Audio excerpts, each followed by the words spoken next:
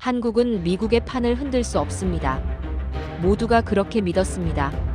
하버드의 대형 강의실, 수백 명의 학생들이 숨을 죽인 채 교수의 질문을 기다리던 그날도 마찬가지였습니다. 전쟁 없이 미국을 가장 위험하게 만드는 조건은 무엇인가?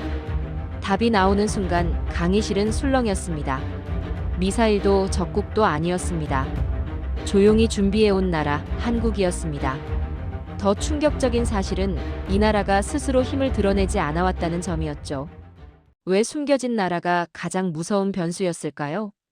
지금부터 하버드에서 시작된 충격적인 이야기를 전해드립니다. 그 전에 구독과 좋아요 버튼을 눌러주시면 영상 제작에 큰 힘이 됩니다.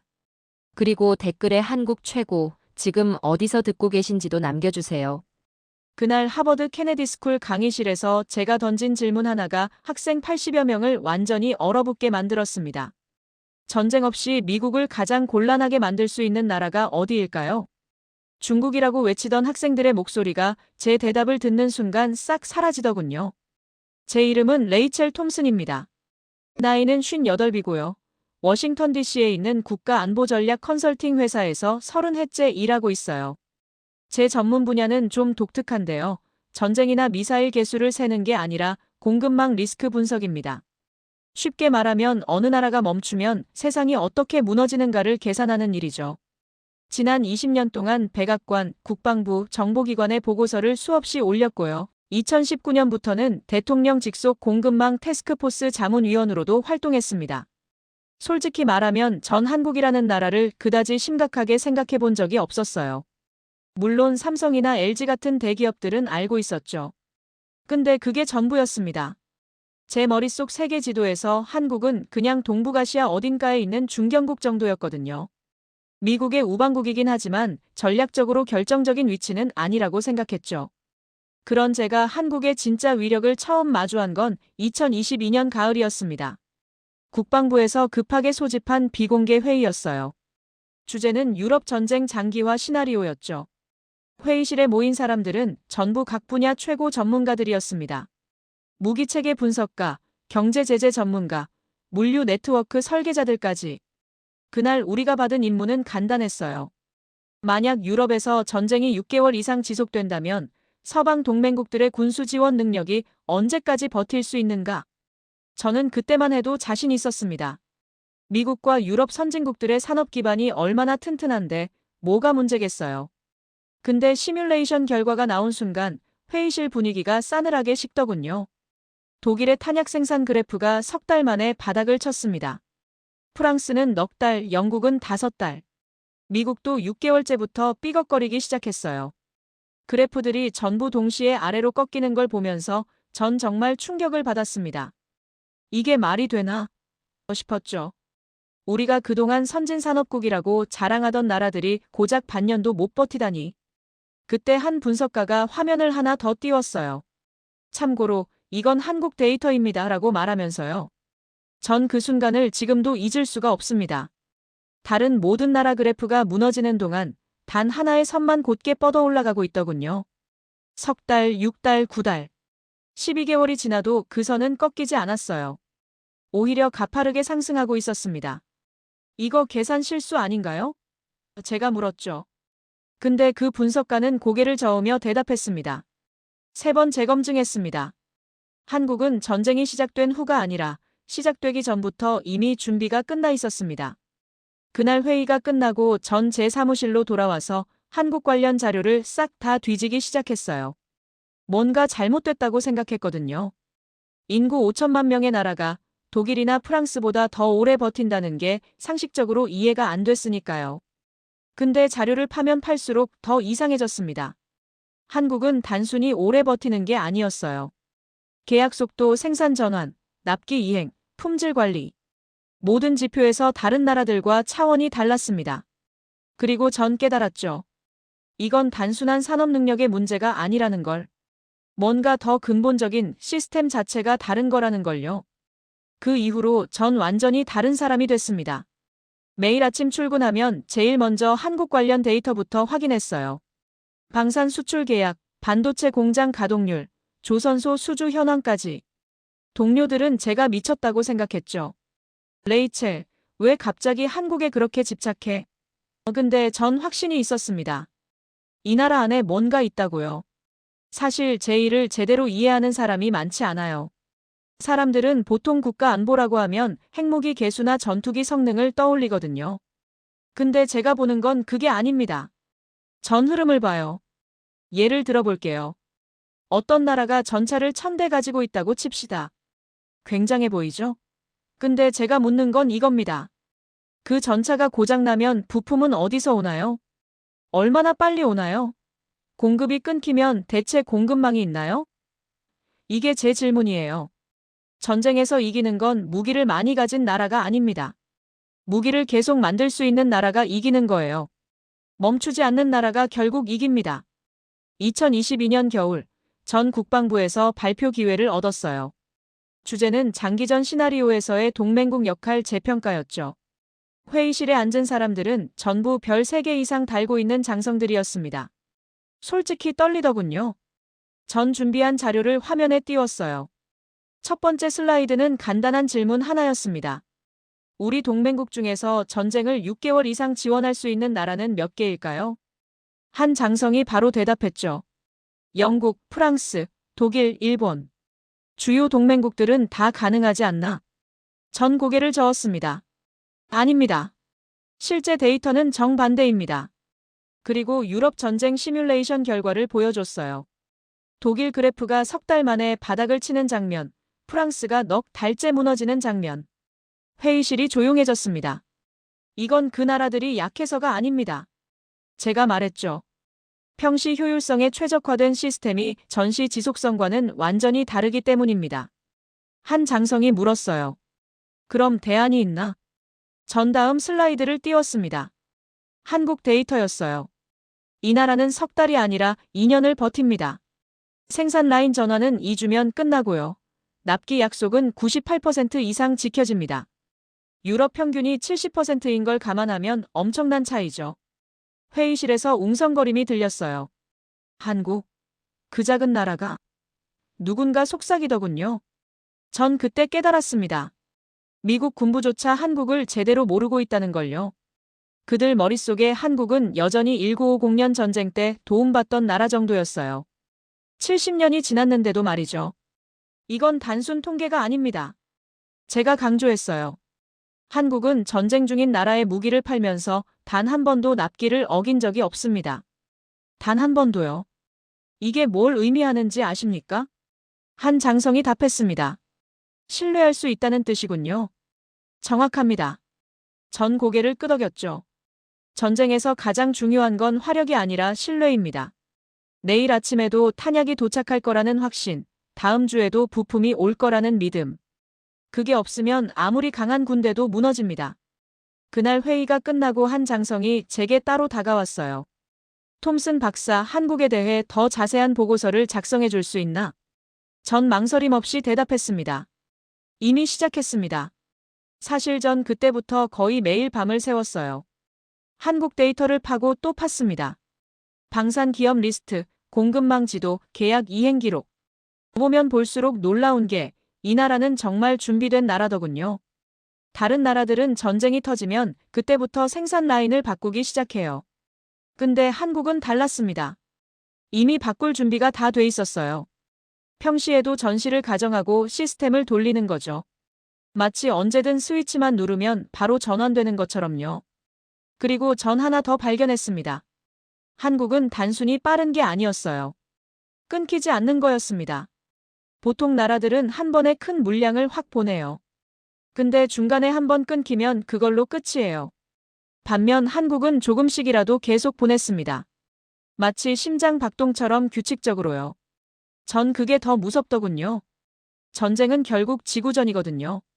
폭발적인 힘보다 꾸준한 힘이 이기는 싸움이에요. 2023년 봄, 제 보고서가 백악관까지 올라갔습니다. 솔직히 기대는 안 했어요. 워싱턴에서 일하다 보면 알거든요. 수백 개 보고서가 매일 올라가지만 실제로 읽히는 건 손에 꼽을 정도라는 거요. 근데 사흘 후에 전화가 왔어요. 대통령 직속 국가안보회의 사무처에서요. 톰슨 박사님, 다음 주 월요일 오전 10시에 백악관으로 와주실 수 있습니까? 손이 떨렸습니다. 30해 동안 이 일하면서 백악관 본관 회의실에 직접 들어가 본 건 단 2번뿐이었거든요. 그날 회의실에 들어갔을 때 분위기가 심상치 않더군요. 국가안보보좌관, 국방장관, 합참의장까지 다 모여 있었어요. 평소라면 이런 자리에 외부 컨설턴트가 들어올 일이 없습니다. 뭔가 큰일이 터진 거였죠. 국가안보보좌관이 입을 열었습니다. 톰슨 박사님이 작성하신 한국 공급망 분석 보고서 잘 읽었습니다. 근데 하나 여쭤보고 싶은 게 있습니다. 박사님은 정말로 유럽이 6개월도 못 버틴다고 생각하십니까? 전 망설임 없이 대답했어요. 현재 시스템으로는 그렇습니다. 회의실이 조용해졌습니다. 실제로 확인됐습니다. 국방장관이 말했죠. 지난주 유럽 동맹국 국방장관 회의에서 나온 숫자들입니다. 독일은 현재 보유 탄약으로 석 달, 프랑스는 넉 달이 한계라고 자체 평가했습니다. 합참의장이 서류를 넘기며 덧붙였어요. 폴란드는 더 심각합니다. 모름 분량밖에 없습니다. 2주 전쟁이면 바닥이에요. 전 그 순간 소름이 돋았습니다. 제 시뮬레이션이 틀린 게 아니었어요. 오히려 현실이 더 심각했던 거죠. 문제는 이겁니다. 국가안보보좌관이 화면을 켰어요. 우리가 지금 직면한 건 단순한 물량 부족이 아닙니다. 시스템 자체가 무너지고 있어요. 화면에 그래프가 나타났습니다. 유럽 주요 방산업체들의 생산 현황이었어요. 독일의 한 대형 업체는 작년 대비 생산량이 40%나 떨어져 있었습니다. 왜 이렇게 됐죠? 제가 물었어요. 부품 공급 문제입니다. 국방장관이 답했죠. 현대무기는 수천 개 부품이 들어갑니다. 그중 하나만 끊겨도 생산이 멈춰요. 근데 지금 유럽은 핵심 부품 공급망이 동시다발적으로 끊기고 있습니다. 중국 때문인가요? 제가 물었죠. 일부는 그렇습니다. 근데 더 큰 문제는 유럽 내부예요. 각 나라가 자기 나라 군대 보급하기도 바쁩니다. 서로 나눠줄 여유가 없어요. 전 그때 깨달았습니다. 이건 단순한 생산 능력의 문제가 아니라는 걸요. 협력 시스템 자체가 무너지고 있었던 겁니다. 합참의장이 다른 자료를 펼쳤어요. 더 심각한 시나리오를 보여드리겠습니다. 만약 태평양에서 동시에 사태가 발생하면 어떻게 될까요? 화면이 바뀌었습니다. 미국의 군수 물류 지도였어요. 붉은 선들이 유럽으로, 파란 선들이 태평양으로 뻗어 있었죠. 현재 우리 군수 물류의 60%가 유럽에 쏠려 있습니다. 합참의장이 설명했어요. 만약 태평양에서 긴급 상황이 발생하면 우린 선택해야 합니다. 유럽을 포기하거나 태평양을 포기하거나. 둘 다 지원할 순 없나요? 제가 물었죠. 불가능합니다. 국방장관이 단호하게 말했어요. 우리 생산 능력으로는 한 전선도 버거운데 두 전선은 절대 안 됩니다. 그 순간 회의실 공기가 무겁게 가라앉았습니다. 미국이 두 전선을 동시에 감당 못한다는 건 사실상 세계 패권 포기를 의미하거든요. 국가안보보좌관이 저를 똑바로 쳐다봤어요. 그래서 박사님 보고서가 중요합니다. 박사님은 한국이 답이라고 했죠? 전 조심스럽게 대답했습니다. 한국은 가능성입니다. 확정된 답은 아니에요. 가능성이면 충분합니다. 합참의장이 말했죠. 지금 우린 가능성조차 없거든요. 그날 회의가 끝나고 전 숙제를 받았어요. 한국의 군수 지원 능력을 최대한 상세하게 평가하라. 기한은 한 달. 사무실로 돌아오는 차 안에서 전 창밖을 보며 생각했습니다. 평생 이론과 시뮬레이션만 다뤘는데 이제 진짜 전쟁 시나리오를 다루게 됐구나.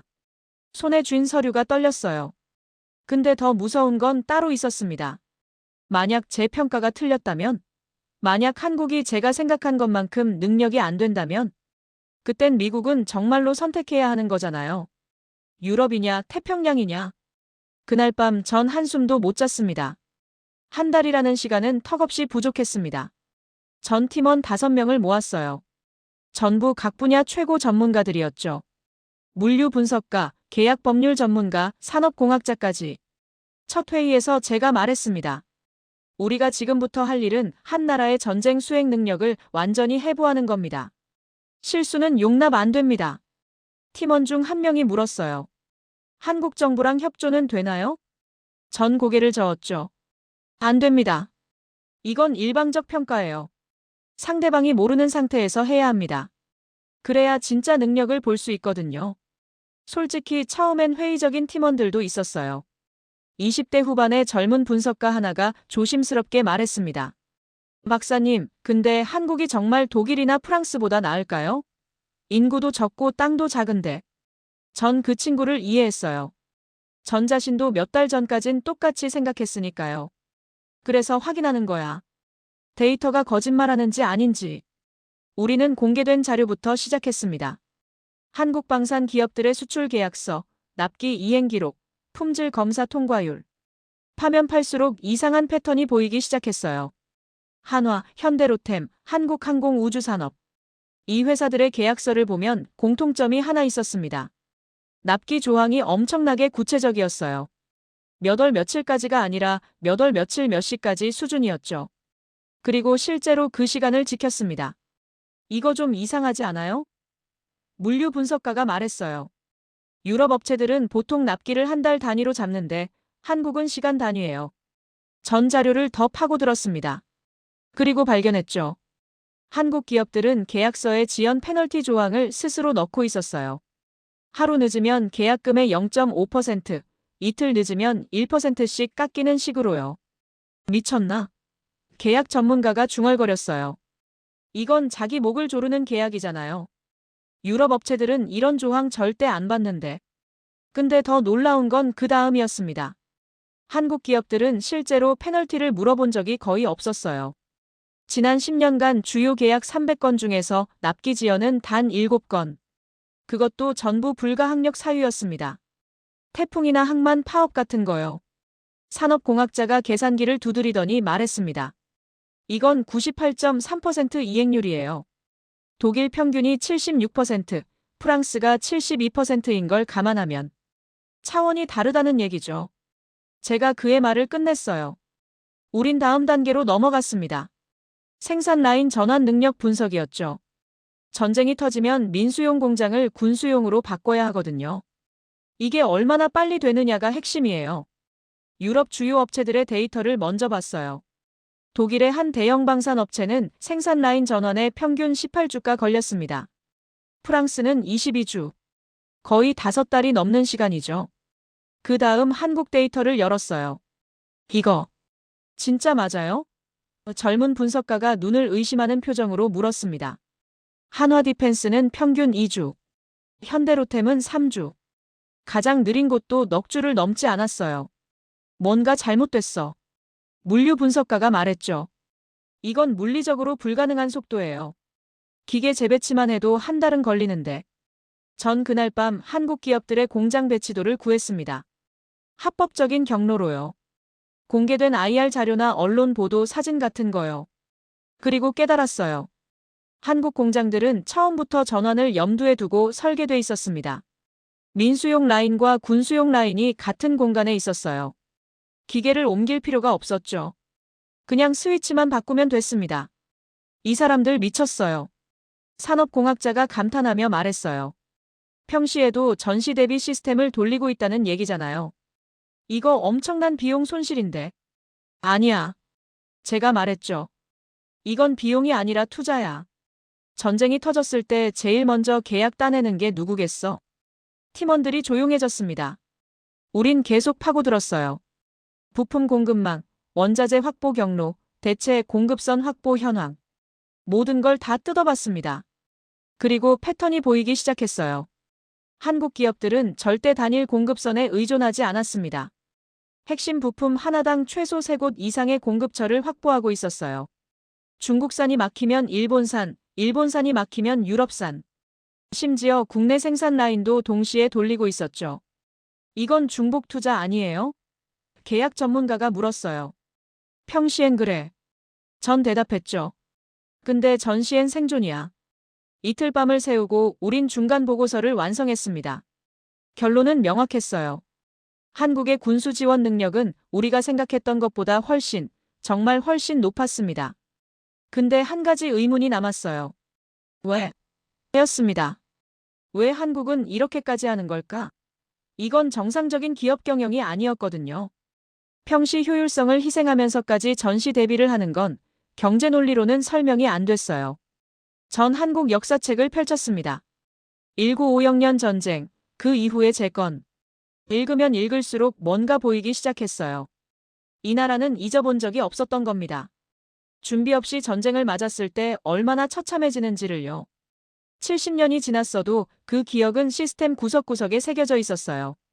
2023년 여름, 전 처음으로 한국 땅을 밟았습니다. 백악관 최종 보고 전에 현장 확인이 필요하다고 판단했거든요. 데이터로만 보는 것과 직접 보는 건 다르니까요. 인천공항에 내렸을 때 첫인상은 솔직히 평범했어요. 깨끗하고 효율적인 공항이구나, 그 정도였죠. 근데 공항에서 나와 택시를 탔을 때부터 뭔가 다르다는 게 느껴지기 시작했습니다. 기사님이 물었어요. 어디 가세요? 전 호텔 주소를 알려줬죠. 그랬더니 기사님이 웃으며 말하더군요. 지금 시간이면 강변북로가 막힐 텐데 올림픽대로로 돌아갈게요. 10분 정도 더 빠를 거예요. 별거 아닌 것 같죠? 근데 전 그게 인상 깊었어요. 미리 계산하고 미리 준비하고 미리 대안을 제시하는 것. 나중에 알았지만 이게 이 나라 사람들의 기본 사고방식이었습니다. 다음 날 아침 전 경기도에 있는 한방산 업체를 방문했어요. 사전 약속 없이 간 거였습니다. 진짜 모습을 보려면 예고 없이 가야 하거든요. 공장 입구에서 경비원이 저를 막았어요. 당연한 일이죠. 근데 놀라운 건 그 다음이었습니다. 제가 명함을 건네고 사정을 설명하자 경비원이 바로 내선 전화를 걸더니 5분 만에 담당 임원이 나왔어요. 미국 같았으면 최소 이틀은 기다려야 하는데 말이죠. 임원은 40대 중반쯤 돼 보이는 남자였습니다. 갑자기 방문하셔서 준비가 부족한데요. 그가 말했죠. 근데 웃고 있었어요. 당황한 게 아니라 여유로운 미소였습니다. 공장 내부를 볼 수 있을까요? 제가 물었어요. 물론입니다. 다만 보안구역은 제외하고요. 우린 공장 안으로 들어갔습니다. 그리고 전 제 눈을 의심했어요. 생산 라인이 2개 동시에 돌아가고 있었거든요. 한쪽은 민수용 차량, 한쪽은 군용 장갑차. 평소에도 양쪽 다 돌리시나요? 제가 물었죠. 네. 임원이 답했어요. 한쪽만 돌리면 효율은 더 좋겠죠. 근데 우린 효율보다 유연성을 선택했습니다. 전 그 말의 의미를 정확히 알았어요. 이건 단순한 경영 전략이 아니었습니다. 철학이었어요. 전쟁이 터지면 이 라인들을 어떻게 바꾸시나요? 제가 물었습니다. 임원이 손목시계를 보더군요. 지금이 9시 30분이죠? 11시까지 전부 군수용으로 전환 가능합니다. 1시간 반이요? 전 놀라서 되물었어요. 네. 직원 절반은 항상 양쪽 라인을 다 다룰 수 있게 훈련받습니다. 기계 배치도 이미 최적화돼 있고요. 전 공장을 돌아보며 질문을 쏟아냈어요. 부품 재고는 얼마나 되는지, 공급망은 어떻게 관리하는지, 위기 상황 매뉴얼은 있는지. 임원은 전부 즉답했습니다. 망설임도 확인도 없이요. 점심때가 됐어요. 임원이 직원 식당으로 안내했습니다. 같이 식사하시죠. 식당은 놀라울 정도로 깨끗했어요. 음식도 훌륭했고요. 근데 제 시선을 끈 건 따로 있었습니다. 벽에 붙은 안전수칙 포스터였어요. 화재 발생 시 30초 이내 대피 비상 통로는 항상 확보 월 1회 이상 훈련 필수. 전 깨달았습니다. 이 사람들은 모든 걸 시간으로 쪼개서 생각한다는 걸요. 30초, 1분, 10분. 막연한 빨리가 아니라 정확한 숫자로 목표를 잡는 거죠. 식사 후 임원이 물었어요. 혹시 창고도 보고 싶으세요? 전 고개를 끄덕였죠. 창고만큼 기업의 진짜 모습을 보여주는 곳도 없거든요. 창고에 들어가자 전 입이 벌어졌습니다. 부품들이 색깔별로 완벽하게 정리돼 있었어요. 빨강은 긴급, 노랑은 일주일 내, 초록은 한 달 내 사용분. 재고 회전율이 어떻게 되나요? 제가 물었어요. 평균 14일입니다. 임원이 답했죠. 너무 많이 쌓아두면 비효율적이고 너무 적으면 위험하니까요. 긴급 상황엔 어떻게 하시나요? 임원이 태블릿을 꺼내 보여줬어요. 실시간 재고 관리 시스템이었습니다. 국내 협력사 30곳이 연결돼 있습니다. 우리 재고가 떨어지면 6시간 내에 긴급 공급 들어옵니다. 전 그날 저녁 호텔로 돌아와 노트북을 펼쳤어요. 본 것들을 정리하기 시작했죠. 근데 정리하면 할수록 한 가지 의문이 커졌습니다. 이 시스템을 만드는데 얼마나 많은 시간과 돈이 들었을까? 그리고 더 중요한 건 왜 이렇게까지 하는 걸까? 다음 날 전 한국전쟁 기념관에 갔습니다. 답을 찾고 싶었거든요. 기념관에서 본 사진들, 숫자들, 기록들. 그 모든 게 제게 말하고 있었어요. 이 나라는 준비 없이 전쟁을 맞았던 나라라고. 그리고 다시는 그런 일을 겪지 않겠다고 결심한 나라라고. 한국에서 돌아온 다음 주, 전 백악관 회의실에 다시 섰습니다. 이번엔 더 많은 사람들이 모여 있었어요. 국무장관까지 참석했더군요. 제 보고가 얼마나 중요하게 다뤄지는지 실감했죠. 톰슨 박사 결론부터 말씀해 주시죠. 국가안보보좌관이 말했습니다. 전 심호흡을 했어요. 한국은 우리가 필요로 하는 모든 조건을 충족합니다. 아니, 그 이상입니다. 회의실이 술렁거렸어요. 구체적으로 말씀해 주시죠. 국방장관이 앞으로 몸을 기울였습니다. 전 준비한 자료를 화면에 띄웠어요.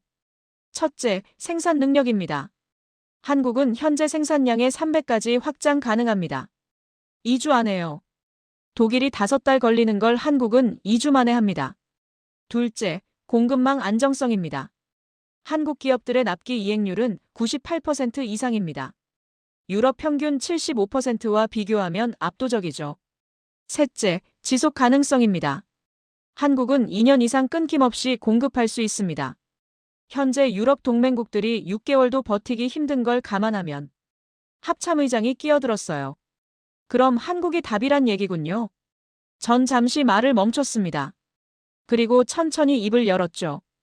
그런데 문제가 하나 있습니다. 회의실이 조용해졌어요. 한국이 너무 좋다는 게 문제입니다. 무슨 뜻이죠? 국가안보보좌관이 눈살을 찌푸렸어요. 전 다음 슬라이드를 띄웠습니다.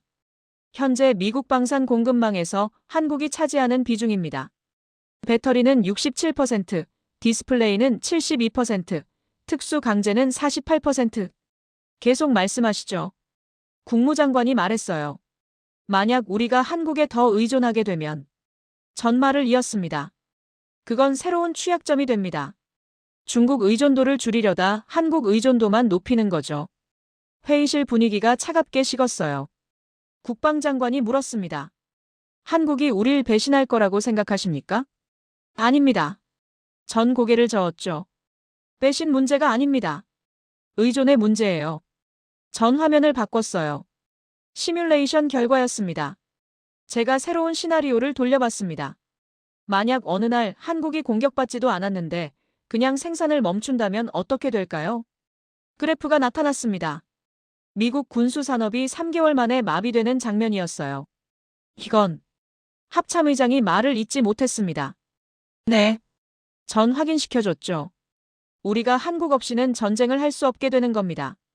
이건 동맹이 아니라 종속입니다. 국가안보보좌관이 책상을 손가락으로 두드렸어요. 그럼 대안이 있습니까? 전 잠시 침묵했습니다. 이 순간을 위해 사흘밤을 고민했거든요. 두 가지 길이 있습니다. 첫째, 한국 의존도를 의도적으로 제한합니다. 절대 50%를 넘기지 않는 거죠. 근데 이건 비효율적입니다. 더 좋은 파트너를 놔두고 다른데 억지로 나눠주는 꼴이니까요. 둘째는요? 국무장관이 물었어요. 한국을 완전한 파트너로 만듭니다. 전 단호하게 말했죠. 기술 공유, 공동 생산, 통합 시스템. 우리가 한국 없이 못 살게 되는 대신 한국도 우리 없이 못 살게 만드는 겁니다. 회의실이 웅성거렸어요. 그건 위험하지 않습니까? 한 참모가 물었습니다. 너무 깊이 묶이면 나중에 빠져나올 수도 없잖아요. 전 그를 똑바로 쳐다봤어요. 맞습니다.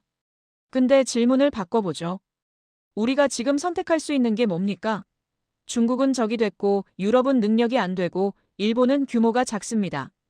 한국 말고 누가 있어요? 아무도 대답하지 못했습니다. 전 마지막 슬라이드를 띄웠어요. 한국 전쟁 직후 폐허 사진이었습니다. 이 나라를 기억하십니까? 70년 전 미국이 도왔던 나라요. 그때 우린 선택했습니다. 이 나라를 살릴 거냐 말 거냐. 지금 우리 앞에 또 선택이 있습니다. 이 나라와 완전히 하나가 될 거냐, 아니면 거리를 둘 거냐. 근데 분명한 건 전 목소리를 높였어요. 거리를 두는 순간 우린 혼자가 됩니다. 국가안보보좌관이 눈을 감았어요. 한참을 생각하더니 입을 열었습니다. 박사님 생각은 어떻습니까? 개인적으로. 전 망설이지 않았어요. 한국과 가야 합니다. 완전히 끝까지. 이유가 뭡니까?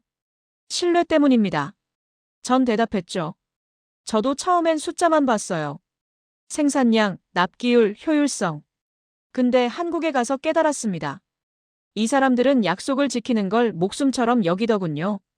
전 한국 공장에서 본 장면을 떠올렸어요. 어느 공장 벽에 이런 문구가 붙어 있었습니다. 약속은 생명이다. 영어로 번역하면 우스꽝스럽게 들릴 수도 있어요. 근데 그 사람들 눈빛을 보면 알아요. 진심이라는 걸. 회의실이 조용했습니다. 우리가 필요한 건 강한 동맹이 아닙니다. 전 결론을 내렸어요.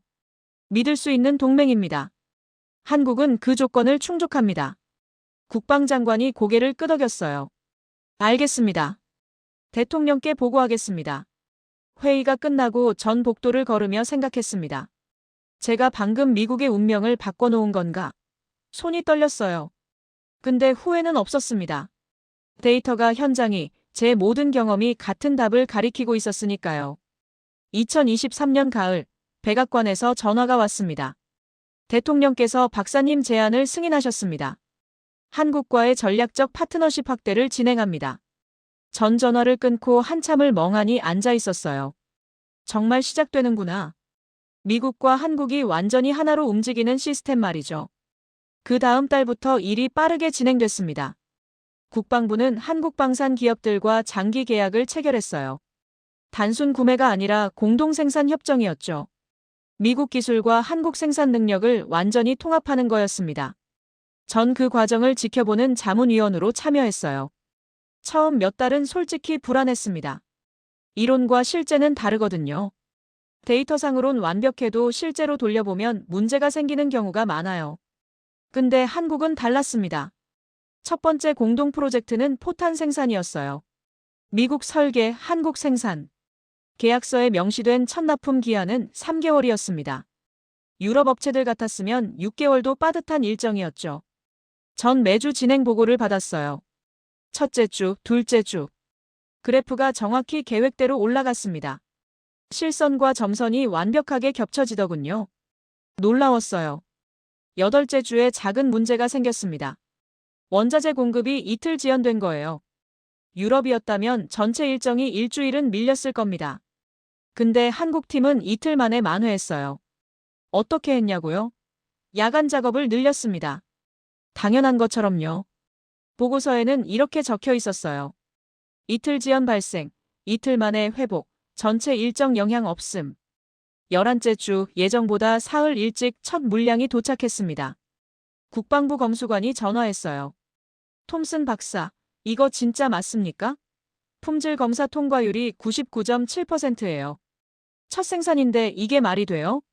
전 웃었습니다. 한국이니까 가능합니다. 그 이후로 프로젝트가 줄줄이 성공했어요. 장갑차, 자주포, 방공 시스템. 뭘 맡겨도 한국은 기한을 지켰습니다. 아니, 대부분 더 빨리 끝냈어요. 2024년 봄, 진짜 시험대가 왔습니다. 중동에서 갑자기 사태가 터졌어요.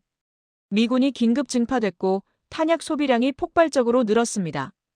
하루에 15만 발씩 쏘아대는 상황이었죠. 국방부가 비상회의를 소집했어요. 현재 재고로 얼마나 버틸 수 있나? 한 달입니다. 물류 담당관이 답했어요. 그 이후엔 생산 속도를 3배로 올려야 합니다. 회의실이 긴장했습니다. 생산 속도를 3배로 올린다는 건 보통 일이 아니거든요. 한국에 연락하십시오. 제가 말했어요. 이틀 후 한국에서 답이 왔습니다. 2주 안에 생산량 3배 증가 가능합니다. 미국 장성들이 믿지 못하는 표정이었어요. 확인해 보셨습니까? 예. 전 고개를 끄덕였죠. 이미 라인 전환 시작했답니다. 우리 연락받기 전부터요. 뭐라고요? 한국 기업들이 뉴스 보고 미리 준비했답니다. 미군 증파 기사 나온 다음 날부터 야간 교대 인력 늘리고 원자재 확보 시작했대요. 합참의장이 어이없다는 듯 웃었어요. 우리가 요청도 안 했는데? 계약서에 긴급 상황 조항이 있습니다. 전 설명했죠. 한국 기업들은 그걸 단순한 법률 문구가 아니라 실제 행동 지침으로 봅니다. 정확히 13일 후 한국발 첫 긴급 물량이 도착했습니다. 약속했던 3배가 아니라 3.5배였어요. 검수관이 보고서를 보내왔습니다. 품질 이상 없음. 납기 약속 대비 이틀 조기 도착. 수량 초과 공급. 전 그 보고서를 들고 국방장관을 찾아갔어요. 장관님, 이걸 보셔야 합니다.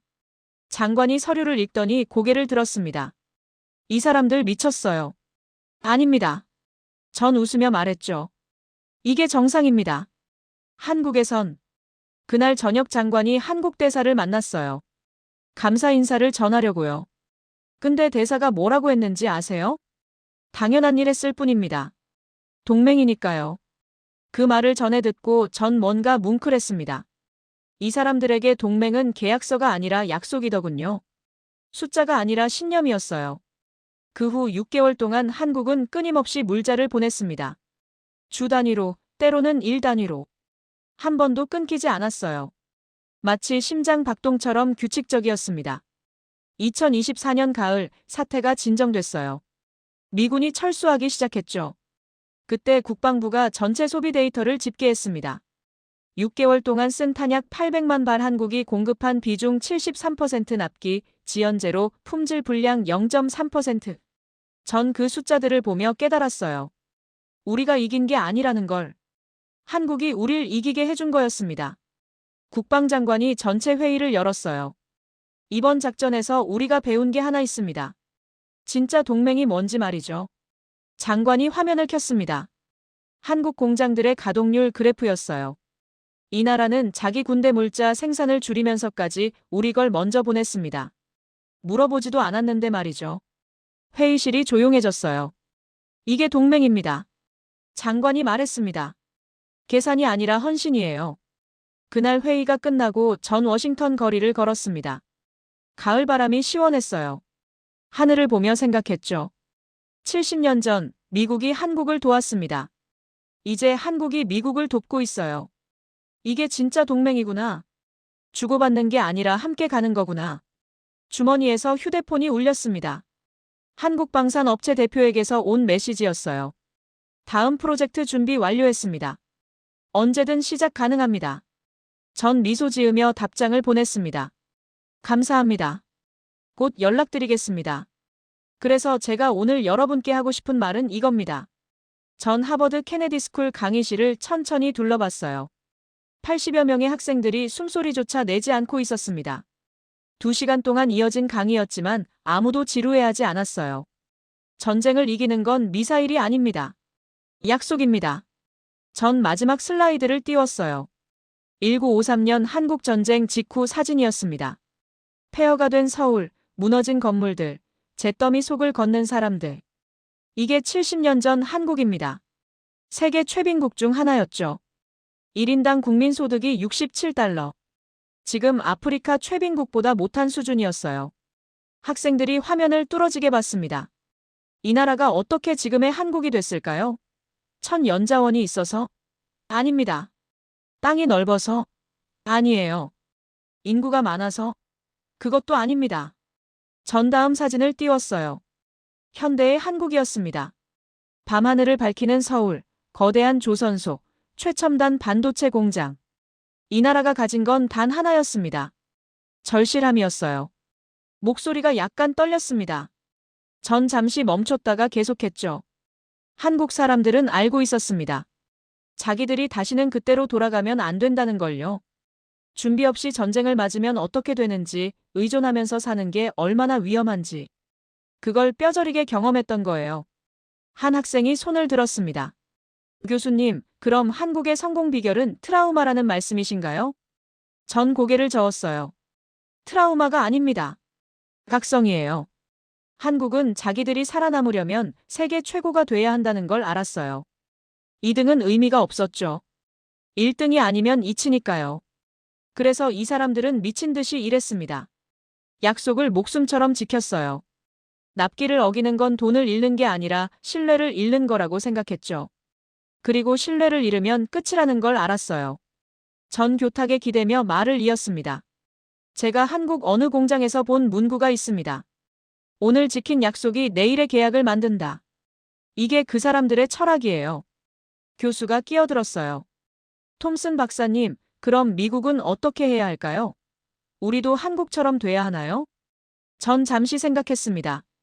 미국은 한국이 될 필요 없습니다. 미국은 미국의 강점이 있으니까요.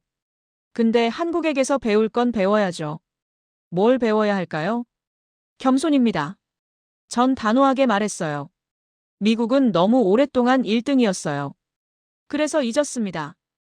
1등 자리는 노력 없이 유지되지 않는다는 걸요. 한국은 단 하루도 긴장을 놓지 않습니다. 왜냐하면 긴장을 놓는 순간 추락한다는 걸 아니까요. 미국도 이제 그걸 배워야 할 때가 왔어요. 다른 학생이 손을 들었습니다. 그럼 미국은 약해지고 있다는 말씀이신가요? 아닙니다. 전 고개를 저었죠. 미국은 여전히 강합니다. 근데 혼자서는 안 돼요. 이제는 진짜 동맹이 필요한 시대예요. 계산으로 맺는 동맹이 아니라 신뢰로 맺는 동맹 말이죠. 전 마지막 그래프를 띄웠습니다. 미국과 한국의 군수 협력 통계였어요. 지난 2년 동안 한국은 미국에 120억 달러 규모의 군수 물자를 공급했습니다. 단 한 번의 납기 지연도 없었어요. 품질 불량률은 0.3% 미만이었고요. 근데 더 중요한 건 이겁니다. 전 목소리를 낮췄어요. 돈이 아니에요. 한국은 우리가 요청하기도 전에 준비합니다. 우리가 어려울 때 먼저 손을 내밀어요. 이게 진짜 동맹입니다. 강의실이 조용했어요. 누군가 코를 훌쩍이는 소리가 들렸습니다. 여러분은 미래의 정책 결정자들입니다. 전 학생들을 하나하나 쳐다보며 말했어요. 여러분이 기억해야 할 건 이거예요. 강한 나라가 살아남는 게 아닙니다. 믿을 수 있는 나라가 살아남아요. 한국은 크지 않습니다. 자원도 없어요. 근데 이 나라는 약속을 지킵니다. 70년 전 미국이 도와줬을 때 한국은 잊지 않았어요. 그리고 지금 갚고 있습니다. 돈으로가 아니라 행동으로요. 교수가 일어섰어요. 박사님, 마지막으로 하고 싶으신 말씀이 있으신가요? 전 깊게 숨을 들이쉬었습니다. 전 30년 동안 세계 곳곳을 다니며 나라들을 평가했습니다. 강한 나라, 부자 나라, 큰 나라들을 많이 봤어요. 근데 한국처럼 절실한 나라는 처음 봤습니다. 절실함이 뭔지 아세요? 선택이 아니라 생존이에요. 한국에게 약속을 지키는 건 선택사항이 아닙니다. 생존 조건이에요. 그래서 절대 어기지 않는 거죠. 전 마지막 사진을 띄웠어요. 한국 공장에서 야간 작업 중인 노동자들의 모습이었습니다. 이 사람들은 지금도 일하고 있습니다. 자기 나라를 위해서가 아니에요. 동맹을 위해서죠. 우릴 위해서 말이에요. 그러니 기억하십시오. 전쟁 없이 미국을 가장 곤란하게 만들 수 있는 나라는 중국이 아닙니다. 러시아도 아니에요. 전 잠시 멈췄다가 말했습니다. 바로 한국입니다. 왜냐하면 우리가 가장 의존하는 나라니까요. 근데 그게 두렵지 않습니다. 왜냐하면 한국은 우릴 절대 배신하지 않을 거라는 걸 아니까요. 70년이 증명했습니다. 강의가 끝났어요. 학생들이 일어서서 박수를 쳤습니다. 길고 뜨거운 박수였죠. 전 고개를 숙여 인사했습니다. 강의실을 나가는데 한 학생이 다가왔어요. 동양계 여학생이었습니다. 교수님, 저 한국계 미국인이에요. 오늘 강의 듣고 울었습니다. 전 그 학생의 손을 잡았어요. 당신 조상들이 대단한 사람들이에요. 알아요. 학생이 눈물을 닦으며 웃었습니다. 이제 더 자랑스러워요. 밖으로 나가는 길에 교수가 따라왔어요. 톰슨 박사, 훌륭한 강의였습니다. 학생들이 저렇게 집중하는 거 처음 봤어요. 감사합니다. 전 웃었죠. 근데 궁금한 게 있는데요. 교수가 물었습니다. 박사님은 정말로 한국이 미국을 곤란하게 만들 수 있다고 생각하세요? 전 멈춰 섰어요. 그리고 천천히 대답했습니다. 할 수 있습니다. 근데 안 할 거예요. 그게 한국이니까요. 그날 저녁 전 호텔방에서 창밖을 봤습니다. 보스턴 야경이 아름다웠어요. 전화기를 꺼내 한국에 있는 지인에게 문자를 보냈습니다. 당신네 나라 정말 대단합니다. 답장이 금방 왔어요. 우린 그냥 약속 지켰을 뿐입니다. 전 웃으며 전화기를 내려놓았습니다. 그래, 그게 한국이지. 당연한 걸 당연하게 하는 나라. 근데 그게 얼마나 어려운 일인지 세상 사람들은 모르더군요.